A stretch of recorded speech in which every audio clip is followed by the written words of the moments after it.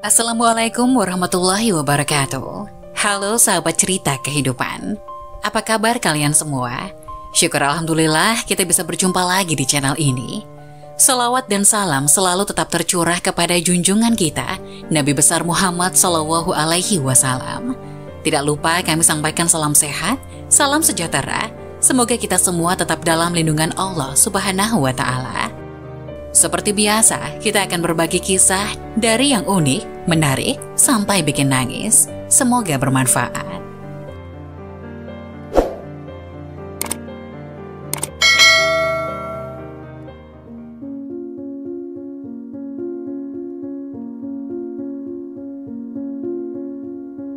Hakikat, tujuan, dan keutamaan takziah. Istilah takziah mungkin sudah tak asing lagi di telinga kita. Setiap ada orang yang meninggal, maka tetangga, kerabat, atau kolega yang meninggal, baik yang dekat maupun yang jauh, biasanya berdatangan untuk melayat. Itulah takziah yang dikenal masyarakat. Lantas benarkah takziah sekedar menengok orang yang meninggal? Kiranya perlu dijelaskan kembali bagaimana hakikat takziah, bagaimana pula tujuan dan keutamaannya. Jika tidak, takziah hanya akan menjadi tradisi masyarakat yang sepi dari nilai-nilai Islami dan tujuan sesungguhnya. Bahkan boleh jadi takziah sekedar ingin mendapatkan bingkisan dari keluarga si mayit, orang yang meninggal dunia. Sehingga walau orang yang bertakziah terlihat datang untuk mengucap bela sungkawa, namun dibalik itu justru memberatkan syahibul musibah. Secara bahasa, takziah berarti menghibur, menyatakan bela sungkawa, menyampaikan duka cita, dan menyebarkan keluarga orang yang meninggal. Lihat Ahmad Warson Al-Munawir, Al-Munawir Yogyakarta, Pustaka Progresif 2002, halaman 928. Kaitan dengan takziah, Imam An-Nawawi dalam Al-Azkar Ab-Nawawiyah juga mendefinisikan.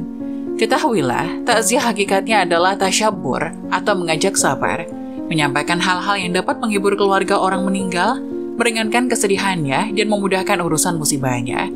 Hukum takziah sendiri adalah sunnah yang mencakup urusan amar ma'ruf dan nahi. Ia juga termasuk ke dalam firman Allah, dan tolong menolonglah kamu dalam mengerjakan kebajikan dan takwa. Dan jangan tolong menolong dalam berbuat dosa dan pelanggaran. Quran Surat Al-Maidah, ayat 2. Ayat ini merupakan dalil paling kuat dalam urusan takziah. Dari definisi An-Nawawi tadi, dapat ditarik beberapa poin sekaligus tujuan dari takziah. Pertama, hukum takziah adalah sunnah alias dianjurkan.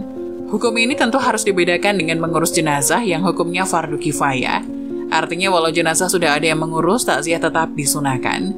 Dasarnya adalah saling menolong antara sesama muslim dan kebaikan dan ketakwaan, sebagaimana firman berikut. Tolong menolonglah kamu dalam mengerjakan kebajikan dan takwa, dan jangan tolong menolong dalam berbuat dosa dan pelanggaran. Quran Surat Al-Maidah ayat 2. Tolong menolong termasuk takziah juga didasari oleh hadis Rasulullah SAW. Sesungguhnya Allah akan menolong seorang hamba selama hamba tersebut menolong saudaranya. Hadis riwayat Abu Daud. Kedua, takziah bukan sekedar menengok atau melayat orang yang meninggal, melainkan juga mendorong keluarga yang ditinggalkan untuk bersabar, berteguh hati, dan menerima musibah kematian orang terdekatnya. Ketiga, takziah bertujuan untuk menghibur dan membesarkan hati keluarga si mayit. Keempat, takziah diharapkan mampu mengurangi kesedihan dan meringankan musibah keluarga yang ditinggalkan. Adapun cara mengurangi kesedihan dan meringankan musibah tentu bermacam-macam, mulai dari membantu mengurus jenazah, menyiapkan keperluannya, hingga memberikan bantuan materi. Sebab kebutuhan materi dalam pengurusan jenazah, terutama di zaman sekarang ini, tak lagi dapat dikesampingkan. Kelima, takziah juga mencakup amar ma'ruf dan nahi. Sementara amar ma'ruf nahi didasari oleh ayat, dan hendaklah di antara kalian ada segolongan umat yang menyuruh kepada kebajikan, menyuruh kepada yang ma'ruf, dan mencegah dari yang mungkar. Merekalah orang-orang yang beruntung. Quran Surat Ali Imran ayat 104. Atas dasar itu, takziah hendaknya tidak mengabaikan dua hal tersebut, sehingga perbuatan yang dianggap tidak pantas, bahkan mungkar, tak semestinya ada pada saat bertakziah. Keenam, takziah juga bertujuan untuk mendoakan dan memohon ampunan bagi si mayit. Sebagaimana diketahui, terdapat sejumlah riwayat yang memuat tentang doa-doa khusus bagi mayit, baik yang dibaca dalam sholat jenazah maupun di luar sholat jenazah. Contohnya seperti doa, Allahumma firlahu warhamhu. Adapun keutamaan bertakziah dapat kita lihat dalam beberapa hadis Rasulullah SAW.